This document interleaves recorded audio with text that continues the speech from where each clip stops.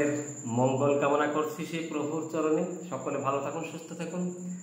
আর আমার এই ভিডিওটি যে যেখান থেকে দেখছেন প্রত্যেকের কাছে রইল আমার অন্তরে প্রাণ ঢালা ভালোবাসা। সকলের সাথে থাকবেন। আজকের যে কয়েকটা কথা বলবো খুবই হাসির এবং মজার, সঙ্গে থাকবেন। প্রতিটা মুহূর্ত কিন্তু হাসির হবে। আমি শুনেছিলাম রসিক সরকার যে কবি ছিলেন তার থেকে শুনেছিলাম, আমি একটা ক্যাসেটে শুনেছিলাম, কিন্তু খুব ভালো লেগেছিল।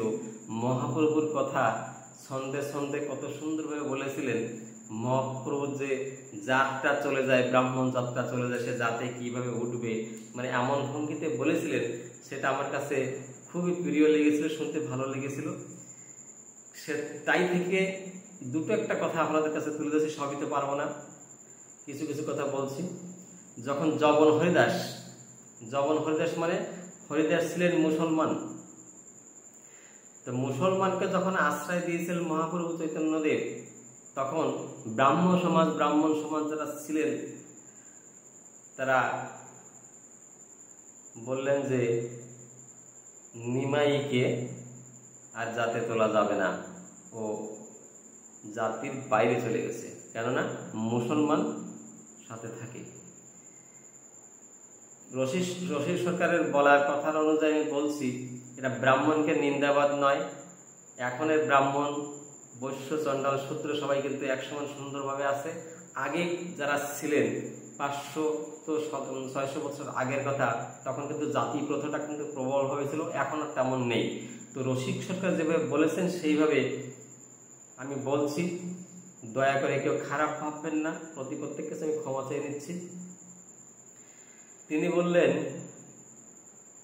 ব্রাহ্মণরা বসে একটা আলোচনা করলেন যে কি করা যায়।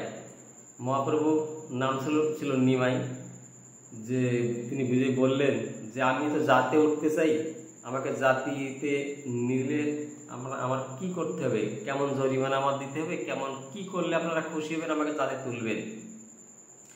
এইবার ব্রাহ্মণ, রসিক সরকারের বলা অনুযায়ী তিনি বললেন, আমি ব্রাহ্মণের কথা বলছি না, আমি বামুনদের কথা বলছি। ব্রাহ্মণ আর বামুনের তফাৎ তিনি দেখিয়ে দিয়ে গেছেন। এক জায়গায় বসে একটা ডিসাইড করলে কি করা যায়।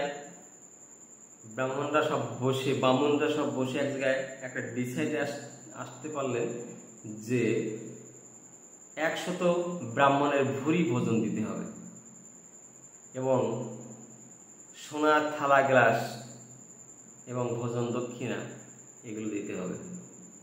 মহাপ্রভু বলেন, ঠিক আছে, তাই হবে। যথাসময় যথাদিনে 100 বামুনের জন্য আলাদা আলাদা কুটির ছোট ছোট করা হলো। প্রতি কুটিরের ভিতরে খাদ্য সামগ্রী রান্নার জন্য সব প্রস্তুত করে রাখা হলো, চাউল, ডাল, সবজি ইত্যাদি সব জিনিস রাখা হলো। তার ভিতরে সোনা থালা গ্লাস রাখা হলো। এবার ব্রাহ্মণরা এসে গেছে।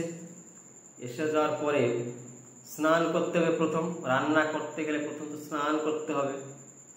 এটা কিন্তু মহাপ্রভুর লীলা, মনে রাখবেন। তিনি কি করতে পারেন দেখুন। এখন স্নান করতে গেলে পাশে তো নদী আছে, যে নদীতে কিন্তু যে দেখে তার লীলায় জল সেখানে নেই, স্নান করার মতো জল সেখানে সাধারণ অল্প একটু জল স্নান করার মতো নেই। তখন বামুনরা ফিরে আসলেন, কি করে, স্নান তো করতেই হবে, স্নান না করলে তো আমরা রান্না করতে পারবো না, রান্না যদি না করতে পারি তাহলে সোনার থালা গ্লাস পাবো না, ভোজন দক্ষিণে পাবো না। তখন গেলেন মহাপ্রভুর কাছে, যে নদীতে তো জল নেই, কি করা যায়। মহাপ্রভু বললেন, যদি কিছু অপরাধ নেবেন না, যদি কিছু মনে না করেন, এই যে পাতকুয়া আছে, এই পাতকুয়া জলে আপনারা স্নান করতে পারেন। তখন একজন বামুন বললেন, মুসলমানের কুয়ার জল, এ তো আরো জাত মারা কর। এই কথা বলার পরে অন্য ব্রাহ্মণরা কানাঘুষি বলেন, আরে এ তো হবে না, এতে স্নান তো করতেই হবে, আর স্নান যদি না করি আমরা সোনার থালা গ্লাস পাবো না, ভোজন দক্ষিণা পাবো না, ভুরি ভোজনও হবে না, আমার স্নান তো কোনো প্রাণ নিয়ে করতে হবে। তখন এক ব্রাহ্মণ বললে, ঠিক আছে, হবে। ওই বালতিতে দড়ি বেঁধে ওই কুয়োর ভিতরে ফেলতে হবে, যা কুয়োর চারিতে যেন না লাগে, কোনো শব্দ যেন না হয়। একদম মাঝখান থেকে জল তুলে উঠাতে হবে, পাশে লাগলে কিন্তু হবে না। এইভাবে চললো। প্রথম এক বামুন কি করলেন, দড়ি বেঁধে জল সব ঠান্নাত করে লাগলো। পাশের এক ব্রাহ্মণ দেখলো, আরে কত লেগে গেছে ঠন্নাত করে, আরেকজন দেখলো লেগে গেছে ঠন্নাত করে। তখন চিন্তা করলো, ও যদি না লাগে, ও যদি ঠন্নাত না করে, আমার ঠন্নাত করবে না। এইভাবে ঠন্নাত করতে করতে সবাই স্নান করে ফেললো। স্নান করার পরে চলে আসলো রান্না করার জন্য। রান্না করার জন্য এসে দেখে চাল আছে, ডাল আছে, সবজি আছে, সব আছে, সব জিনিস আছে, খালি আগুন নাই। তখন প্রচন্ড রেগে যায় ব্রাহ্মণরা। এক ব্রাহ্মণ দেখে বলেন, ওই চাল দিয়েছো, ডাল দিয়েছো, খাবার সবকিছু দিয়েছো, কিন্তু আগুন দেও নাই। খাওয়ার সময় করে উপহাস, তোমার হবে সর্বনাশ। মহাপ্রভু এসে বলেন, শুনেছি শাস্ত্র মুখে, ব্রাহ্মণ মুখে অগ্নি জ্বলে, আগুন দিয়ে করব আপনাদের অসম্মান। ব্রাহ্মণ একজন বললেন, ওসব আগে জ্বলতো, আজকাল আর জ্বলে না। সঙ্গে সঙ্গে মহাপ্রভু বললেন, থামুন, আজকালও জ্বলে। তো ব্রাহ্মণ বলে, যদি জ্বলে, সে যদি আগুন জ্বালিয়ে রেখে দিতে পারে, তাহলে আমরা খাবো। তখন সঙ্গে সঙ্গে ডাক দিলেন হরিদাসকে, সেই মুসলমান হরিদাসকে দেখে বলেন, কোথায় আছো হরিদাস? এইবার আসো আমার পাশ, দেখা ওই সভাতলে। ব্রাহ্মণের মুখে আগুন না জ্বললেও এই হরি ভক্তর মুখে আগুন জ্বলে।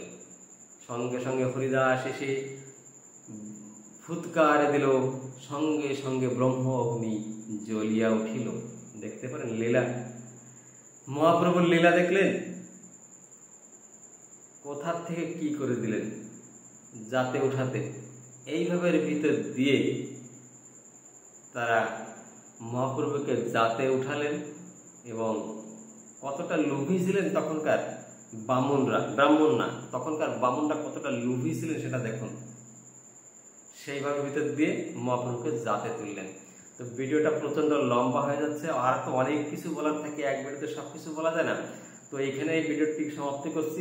আমার সাথে থাকবেন, পরবর্তী ভিডিও দেখা হচ্ছে। খুব ভালো থাকুন।